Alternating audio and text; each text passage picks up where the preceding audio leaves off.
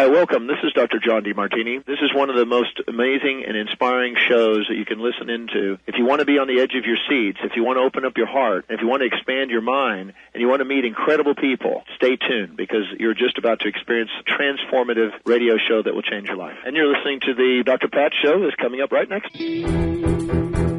Welcome to the Dr. Pat Show. Talk radio to thrive by. Powerful, inspiring, and coming to you live, bringing you stories of people like you and me, busting through and living life full out.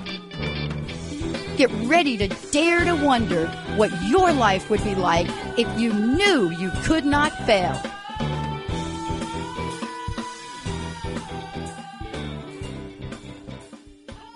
Hey, everybody, welcome. It's so great to have all of you tune us in and turn us on. We have a great show with Brett Bevell joining me here today.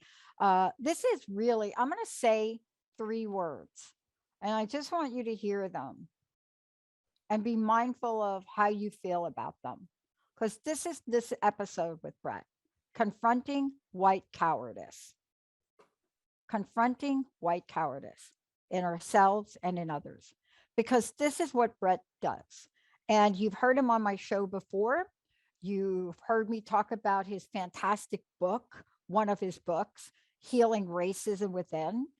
You also will know him as a healer, psychic Reiki, the Wizard's Guide to Energy Healing, all of that. When you think about Brett, you really get this multidimensional aspect of what his life path and calling has been about. But today you're going to hear more. Today you're going to hear, what is it about taking the pathway and being called to move forward on the pathway, any pathway that has the word racism in it? Brett, it's great to have you here. Welcome. Thank you. Thank you so much for having me back on your show. Yeah. I mean, I think this is exciting in a lot of ways. You're going to be doing this show. And then in the next half hour, I'm going to be talking about the future of an ethical Olympics in a lot of ways. And are they related or not? I don't know, but you're going to help us today. You're going to help us in the conversation. Let's talk about what we are looking at, what white cowardice looks like, how it shows up very, what's the word I want to use? Not subconsciously, maybe subliminally, but not if you're on the other end of it, but it shows up. And yet, we laugh at jokes. We turn our face away. Come on, tell us. How does it show up so people get a sense of what they can be aware of to change? Yeah, I mean, so white cowardice for me, it's like that deeper underlying cause of what people often refer to white privilege. But to me, that term never quite felt like it went deep enough. Like white cowardice is really that psychological, emotional component that causes us to act basically in a cowardly way when confronted with issues of race. And, you know, for example, if you are somebody who's experienced, you know, in the work environment, maybe there's a party and somebody did a blackface joke, right? And then you try to raise awareness about the inappropriateness of that. Or do you? Are you afraid to? You know, do people lash out at you if you do that? And what's the underlying cause for their lashing out? Another way to look at that would be, say you're walking down the street and you notice a group of people beating up one person, and you keep walking, and then a mile later you run into another group of people beating up somebody, but this time that person's white, and so you intervene. Whereas the first time maybe you just didn't look the other way and just kept going. So it's these subtle ways that sometimes we just don't really acknowledge the way that it affects us. And it's really, 500 years of programming that's living in our subconscious, in our cellular memory, and in our culture in a very deep way.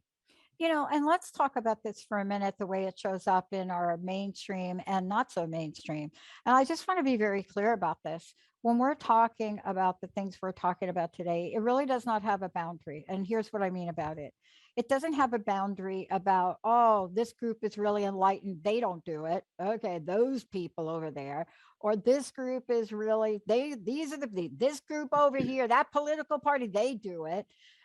We have so categorized and wanting to point the finger rather than understand the behavior. See, if we could get at understanding behavior, that doesn't have a boundary about political party, sports teams, SES, whether you're in an economic group of class or not, right? Exactly. I think of it more like if you think of the ecosystem of our society has been polluted with this energy of racism. And just like, it's pretty hard to find a glass of water where you can drink that doesn't have some kind of plastic in it or some kind of pollutant in it. The same is true whether you're Republican or Democrat, or whether, you consider yourself to be very progressive or not. That energetic pollutant of racism exists in everything that it surrounds us. And so what my book is about, what I'm trying to raise awareness about, is how do we begin to look at that in ourselves and then move through that and transform it in ourselves so that we can then create a better world for everyone. Let's talk for a minute, if we could, about how white cowardice shows up. There are so many ways. And what I mean by that is we have really blockbuster movies that have come out, like the movie Green Book, which talked pretty much about a situation, a real live one, but the nuances of this, right? The nuances of a guy from an Italian family who decides that he's going to take a job to, travel with a Black musician. And it really shows the nuances, right? But the nuances have to be addressed as more than a nuance. See, we say words like nuances, and the issue really isn't that. Our behavior hurts people. Yeah, I would say, some of those, again, what you would call nuances that are actually very painful and really quite tragic when you take it on the larger scale. The biggest one that I find is silence. Is that thought that often happens among white people, that we don't have to talk about the issue of race, or that we can be silent in a conversation when somebody's being racially inappropriate, that we can just sidestep the whole issue. And that when you're a person of color, you don't have the choice of disengaging from that kind of behavior because you're the object of it. But as a white person, one thing I've been very strongly aware of in my path is that how I have the privilege of avoiding that conversation entirely. And then when I really dug deeper into that, I realized that's just cowardly. That's just cowardly to avoid those conversations and to not speak up when I know something is inappropriate and wrong. And so really taking that white cowardice and transforming it into the courage to speak up and to speak the truth, regardless of the consequences. Yeah. And, I wanted to say to people listening is that we're really talking about outcomes which take bold acts of courage sometimes.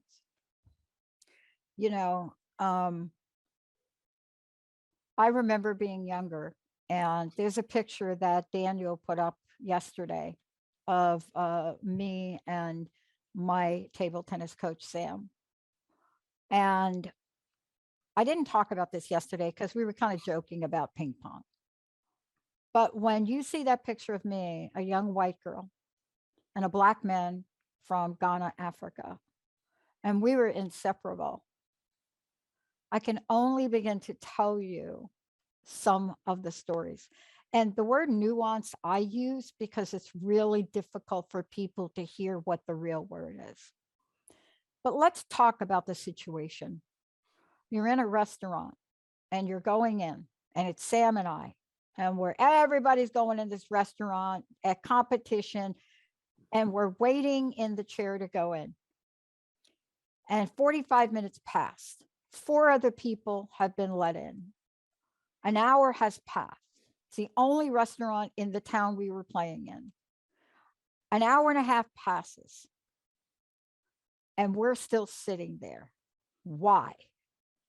And I got to tell you, I was naive as a kid. I mean, it didn't dawn on me until one point where I just realized, and I looked at Sam and I said, what is happening here? And I can't remember his exact words. All I remember is I jumped up, I went to the whatever that reservation person that lets you in the place, and I made a scene because I'm in my 20s and I don't understand that.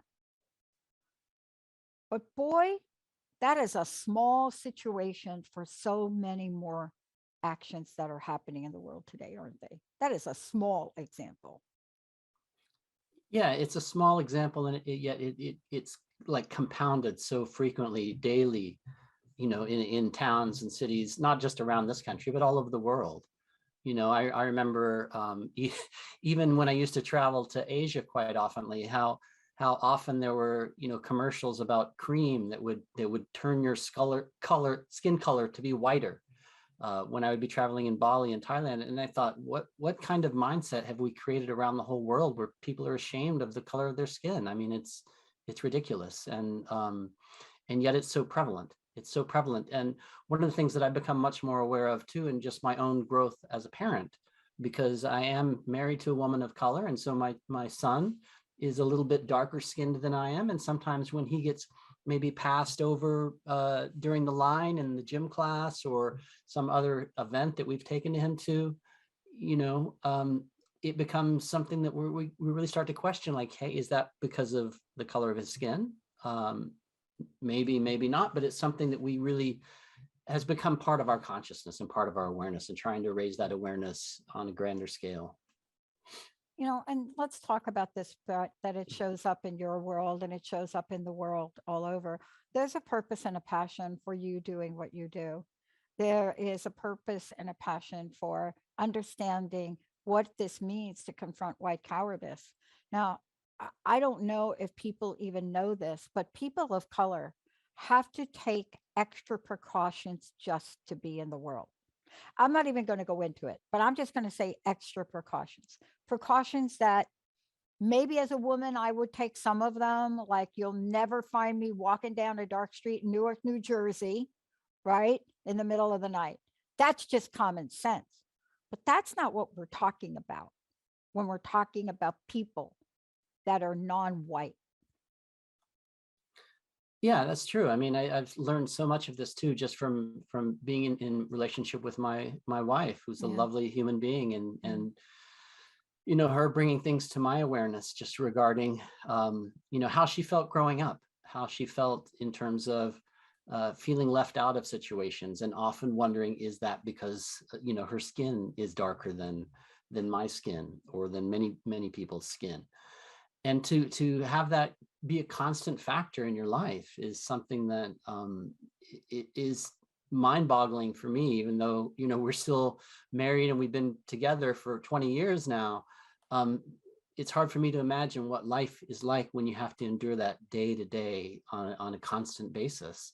And so as her partner, and also as one who I consider to be recovering from my own childhood trauma around race, that these are issues that I really want to look at on a much deeper level, and that I really hope that people are willing to look at on a much deeper level. What I want to ask you, what comes to mind? Let's give people some examples of what comes to mind, from your perspective. I know I could sit here for an entire 5 hours and talk about the many times, every time Sam and I went out together, every time, it didn't matter, right? Now, did I find myself trying to explain who he was? Did I get to the point where I made excuses about who he was? I got to tell you, I was pretty ignorant growing up. I mean, ignorance has helped me in the world, right? But there are some real situations that we should really bring to bear on the differences between how people are treated. Yeah. I mean, a very simple example I can think of is a neighbor who used to invite me and my wife over to their house quite often. And one thing we began to notice is they would always offer me a beer, and they would never offer her anything to drink. And I'm just like, well, is that because she's a woman? I don't know. I mean, the wife seems to be drinking. Is it because of the color of her skin? And so, we just don't go there anymore. We did bring it to their attention. We just stopped hanging out with them. But these may seem like very small things, but when you add it up in terms of your daily life, and then you start to think about things like, did you miss that promotion because of the color of your skin? Were you pulled over at the red light because of the color of your skin, and things like that? And then when we get into these situations where it seems almost on a daily basis now, where we learn of somebody being shot, because of what seems like a simple, checkpoint at a red light, and then somebody's dead, and that somebody is usually a person of color. And so what I'm really trying to dig into is what collective consciousness exists and is expressed through the mind of that policeman that ends up pulling the trigger, and how do we change that same consciousness that exists in all of us, even if it's not as blatantly expressed. And trying to look at different exercises that we can do to really engineer that change in our consciousness. But really what you're talking about, can I just get back to something you just said, if you don't mind? Sure. But before we do, I want to take a minute just to remind people, my very special guest today is Brett Bevell. And if you want to find out more about Brett, everything we're talking about, all of the books that he's written, really about his passion and awakening in the world, you can go to his website, Brett, BRETT, Bevell, BEVELL.com. And when you get there, you're going to see all of what we're talking about, whether we're talking about energy healing or healing racism within, which we've talked about. The body of work is here. But today on the show, what you did hear is you heard about what he is coming forward and speaking about. I want to ask you this question, because I've heard this more times now, Brett, and I think you're the guy that's going to help with this. Mm-hmm. I had to make a decision about a month ago as to how I would formulate the network as we're going through our expansion. And I don't even want to go into how many questions that were presented to me when I wanted a channel, a dedicated channel that's going to address or have conversations about what we're talking about. But some of my very well-educated, been around the block, activist people, marching, the whole Black Lives, the whole, said to me, Pat, aren't you afraid of saying the wrong thing? And I thought about that for a minute. And then I talked to some of our hosts who actually have shows that address this issue. And I said to Anita in a show, I said, we've got to take that off the table. I said, I have got to take it off the table. You've got to take it off the table. I mean, are you afraid to talk about the LGBTQ community because you left off one of the letters? Maybe you didn't say LGBTQ plus. Oh, wait a minute. Maybe you said her instead of non-binary. So are we not going to talk about things because some magic person has come up with political correctness to help us understand, Brett? Yeah, I mean, it's something that actually, as I wrote the book, and as the book was, going into galley prints and getting ready to come out in the world, I actually had that fear, and I still have that fear sometimes. Am I going to say that something doesn't quite line up in the perfect way, and then be ostracized for it when what I'm really trying to do is shed light on a really dark aspect of our consciousness that needs deep healing. And so, yeah, I'm very much in alignment with you on that. Yeah. It's interesting because I was doing the other day, I play sports with a lot of people that English is not their first language. And I love how they make fun of how I speak Chinese, but I don't give up. I will come out and try to pronounce and say things like ni hao. I mean, I will do it. We cannot be afraid to speak. If we are afraid to speak, we are going to be afraid to change. That is the bottom line for me. And if we're afraid to speak, then the only alternative is silence. And silence is just being complicit with the same system that has existed for hundreds of years. So we need to be willing to speak and even acknowledge that, yeah, we might make some errors here and there, but there needs to be that openness, that willingness to have a deeper conversation and a deeper dialogue. Yeah, I think that we are really in a moment of silence right now. We have gone silent, right? The most vocal aspect of what is happening now comes from an industry that my dad was in, and he was a trucker. We all had to become Teamsters members, just saying. That's the most vocal that I've seen en masse since we started to see some of the protests. How do we get past this, Brett? How do we get past this idea of white cowardice? Again, for me, I think it's really each of us being willing to look at it in ourselves and look at it through deep personal work, the same kind of work you would do if you're grieving the loss of a dear friend, or if you're going through some other kind of trauma that you're trying to heal, and using those same kind of tools. And for me, that's literally how I came to this work, was that in my own journey as one who had gone through severe childhood abuse, I began to notice that some of the patterns were the same with what happened to me as a child, with what was going on with the culture at large with regards to issues around race. That same kind of issues around silence and people not speaking out, and there being a taboo on even having the conversation. And I started using those same tools that I was working on for healing myself to actually dive deeper into these questions around race. And so that's what I think all of us need to do on whatever level, whether it's through journal writing or meditation or energy work, whatever path it is that you feel comfortable in terms of self-examination. Start to focus that lens on the issue of race and see where it can take you to help you enlighten your own awareness of where your own blind spots are and how to heal them and how to become a better person. I want to jump to something that's even more subtle, but I need to talk about it because I'm really, based on what I discovered about my heritage and grandfather, I've gotten acutely aware of the Latino community. My godchild, my nieces, nephews, all part of the Latino community. And I need to have a moment where we speak about that, because you can be in a room and there could be people that are speaking Russian, they could be speaking Italian, they could be speaking, I don't know, like something else. And then somebody will start to speak Spanish. And that will be a person that speaks Spanish, a person that is brown, that speaks Spanish. And you watch the reaction and the resentment of people around that. Now that is a level of racism that we absolutely must look at. Do you know what I mean? I know exactly what you mean. I actually came from the same kind of environment. And I even talk about that somewhat in my book. I grew up, both in California and in New Mexico because my parents were divorced.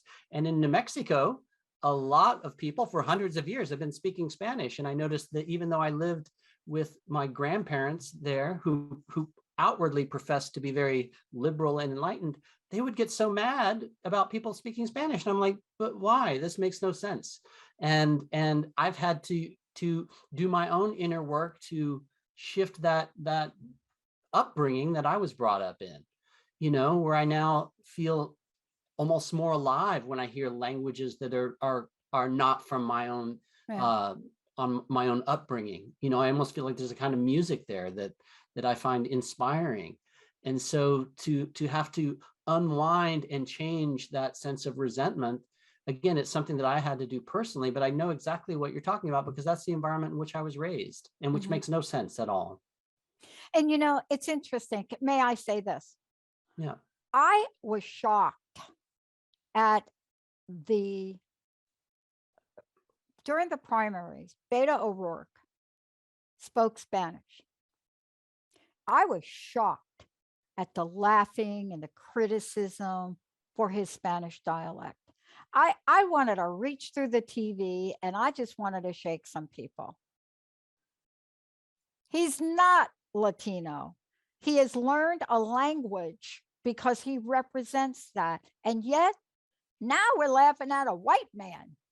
I mean, there's just no end to our lack of awareness in the humanity of what we do, right? There were more conversations about Beto O'Rourke not speaking good Spanish than there were about the issues. And I thought to myself, I didn't know you at the time, but I bet if we would have been doing a show, you'd have had a few things to say about that, wouldn't you?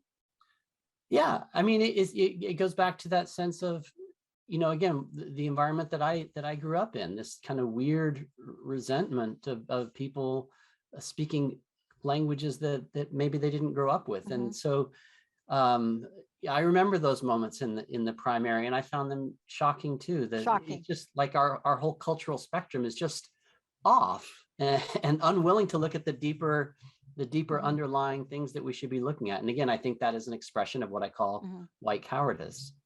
I actually picked up the phone and called the gentleman who was Latino and called his office. Look, we got to stop this. I am never going to speak Italian like Sophia Loren. It is not going to happen.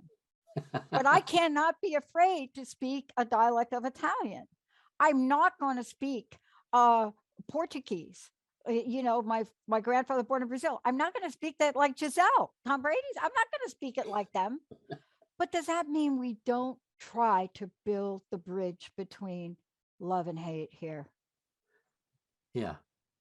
I mean, it's all about building those bridges now. And we need now probably more than ever to really be building those bridges rather than building walls, as some people have been trying to make us do for the last 5+ years.